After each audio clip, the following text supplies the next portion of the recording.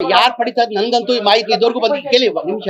ಈಗ ನಾವು ಪಂಚಾಯತಿ ಸೆಲೆಕ್ಷನ್ ಮಾಡೋದು, ಇದು MLA ಸೆಲೆಕ್ಷನ್ ಮಾಡಲ್ಲ ಮನೆಗಳು, ಇದು ಪಂಚಾಯತಿಯಿಂದ ಸೆಲೆಕ್ಷನ್ ಮಾಡೋದು. ಈಗ ಪಂಚಾಯತ್ ಮೆಂಬರ್ ತಗೊಂಡು ಯಾರು ತಗೊಂಡಿದ್ದಾರೆ ಅಂತ ಹೇಳ್ಬೇಕು ತಾನೆ.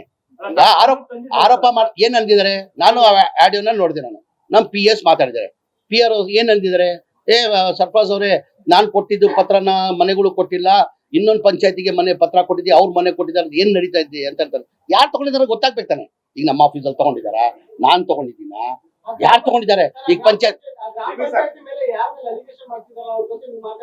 ಇಲ್ಲ. ನಾನ್ ಈಗ ಯಾರ ಕ್ಷೇತ್ರ ಅದು? BR ಪಾಟೀಲ್ ಅವರ ಕ್ಷೇತ್ರ. ಈಗ ಆರೋಪ ಮಾಡಿರೋದು ಯಾರು? BR ಪಾಟೀಲ್ ಮಾಡಿ, ಅವ್ರು ತಾನೇ ಹೇಳ್ಬೇಕು. ನನ್ ಗಮನಕ್ಕೆ ಸರ್ ಹೇಳ್ತಾ ಇಲ್ವಾ ನಾನು?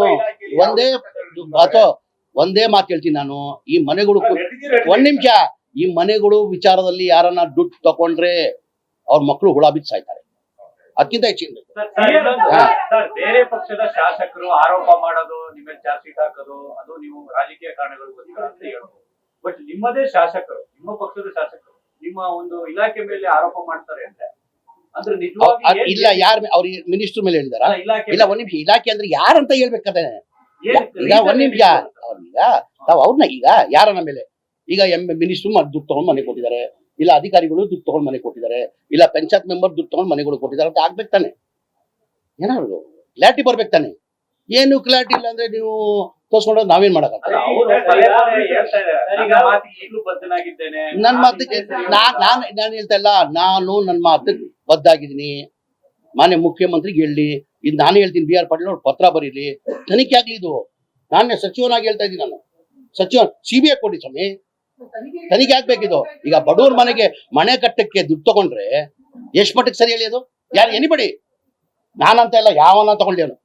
ಅದೇ ನಾನು ಮಿನಿಸ್ಟರ್ ಅದು ತಗೊಳ್ಳಿ, ನಮ್ ಸ್ಟಾಫ್ ಅನ್ನ ತಗೊಳ್ಳಿ, ನಮ್ಮ ಇಲಾಖೆಯ ಅಧಿಕಾರಿಗಳನ್ನ ತಗೊಳ್ಳಿ, ಪಂಚಾಯತ್ ಮೆಂಬರ್ ತಗೊಳ್ಳಿ, ಅವ್ರ ಮೇಲೆ ತನಿಖೆ ಆಗ್ಬೇಕು, ಅವ್ರ ಮೇಲೆ ಕಠಿಣ ಕ್ರಮ ತನಿಖೆ. ಈಗ ನಾನು ನನ್ನ ಕಡೆಯಿಂದ ಅವ್ರ ಮಾತಿಗೆ ನಾನು ತನಿಖೆ ಮಾಡಿದ್ದೀನಿ, ನಾನು ಆದೇಶ ಆಲ್ರೆಡಿ ಕೊಟ್ಟಿದ್ದೀನಿ.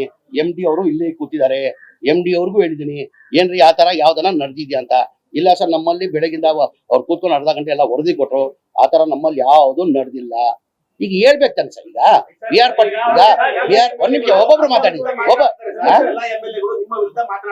ಯಾರ MLAಗಳು ಏನಂತ ಯಾರು ಪಟ್ಟಿ ಕೊಡಿ, ಯಾರಂತ ಹೇಳ್ಬೇಕು ತಾನೆ. ನೀವ್ ಹೇಳ್ಬೇಕು ತಾನೆ, ಹೇಳ್ರಿ ಏನಿದ್ರಿ. ಒಂದ್ ನಿಮಿಷ, ಈಗ ನಾನೇನಂದೆ, ನಾನು ಸಾಬೀತಾಗ್ಬೇಕು ತಾನೆ. ಈಗ ಆರೋಪ ಯಾರು ಮಾಡಿದ್ದು? BR ಪಾಟೀಲ್ ತಾನೆ ಆರೋಪ ಮಾಡಿದ್ರು. ಆಯ್ತು ಸ್ವಾಮಿ, ಹೇಳ್ಕೊಳ್ಳಿ, ಸಂತೋಷ, ಖುಷಿ ಪಡ್ಲಿ ಅವರು.